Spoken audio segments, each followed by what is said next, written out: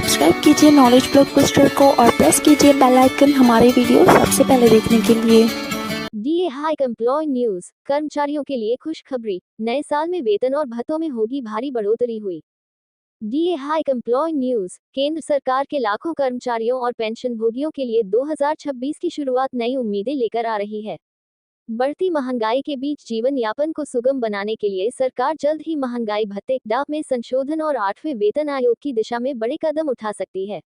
Reports के अनुसार 1 जनवरी 2026 से नए वेतन आयोग की सिफारिशें लागू होने की प्रबल संभावना है, जिससे कर्मचारियों की बेसिक सैलरी और इनहैंड सैलरी में ऐतिहासिक उछाल देखने को मिलेगा। महंगाई भत्ते डाक में बढ़ोतरी और 50% का आंकड़ा। हाल के महीनों में उपभोक्ता मूल्य सूचकांक AICPI इंडेक्स में हुई वृद्धि को देखते हुए माना जा रहा है कि सरकार जनवरी से महंगाई भत्ते में 3% से 4% की और वृद्धि कर सकती है।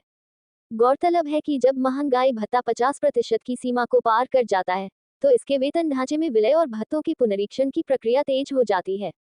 इस वृद्धि का लाभ न केवल वर्तमान कर्मचारियों को मिलेगा, बल्कि सेवानिवृत्त पेंशनर्स की पेंशन में भी सीधा इजाफा होगा। 8वां वेतन आयोग, कितनी बढ़ेगी आपकी सैलरी? 8वें वेतन आयोग के लागू होने पर सबसे अधिक ध्यान फिटमेंट फैक्टर पर होगा। 7वें वेतन आयोग में फिटमेंट फैक्टर 2.57 था, जिससे न्यूनतम वेतन 18,000 रुपये निर्धारित हुआ था। कर्मचारी संगठनों की मांग है कि 8वें वेतन आयोग में इसे बढ़ाकर 3.00 से अधिक किया जाए। यदि सरकार इस मांग को स्वीकार करती है, तो न्यूनतम मूल वेतन बेसिक सैलरी सीधे 26,000 रुपये से 35,000 रुपये के बीच पहुंच सकता है। ये बदलाव केवल मासिक वेतन तक सीमित नहीं रहेगा, बल्कि हाउस रेंट अलाउंस HRA और ट्रैवल अलाउंस टाक जैसे अन्य भत्तों पर भी सकारात्मक प्रभाव डालेगा। कर्मचारी और पेंशनर्स को मिलने वाले मुख्य लाभ। आर्थिक सुरक्षा। महंगाई भत्ते में संशोधन से कर्मचारियों की क्रय शक्ति बढ़ती है, जिससे वे बढ़ती कीमतों के बीच अपनी घरेलू जरूरतों को बेहतर ढंग से पूरा कर सकते हैं। पेंशन में सुधार। पेंशन भोगियों के लिए महंगाई राहत डॉक्टर में वृद्धि उनके स्वास्थ्य और दैनिक खर्चों के प्रबंधन के लिए एक बड़ा सहारा बनती है। एरियर की संभावना। कई बार वेतन आयोग की घोषणा में देरी होने पर सरकार इसे पिछली तारीख से लागू करती है, जिससे कर्मचारियों को एकमुश्त एरियर के रूप में अच्छी खासी रकम मिलने की संभावना बनी रहती है। निष्कर्ष। सरकार की मंशा स्पष्ट है कि वह कर्मचारियों और पेंशनर्स को महंगाई के प्रभाव से सुरक्षित रखना चाहती है।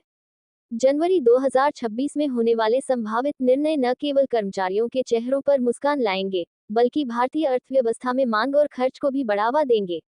आधिकारिक अधिसूचना का इंतजार है, लेकिन वर्तमान संकेत कर्मचारियों के लिए बेहद उत्साहजनक हैं। निष्कर्ष।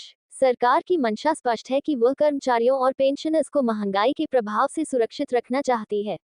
जनवरी 2026 में होने वाले संभावित निर्णय न केवल कर्मचारियों के चेहरों पर मुस्कान लाएंगे, बल्कि भारतीय अर्थव्यवस्था में मांग और खर्च को भी बढ़ावा देंगे।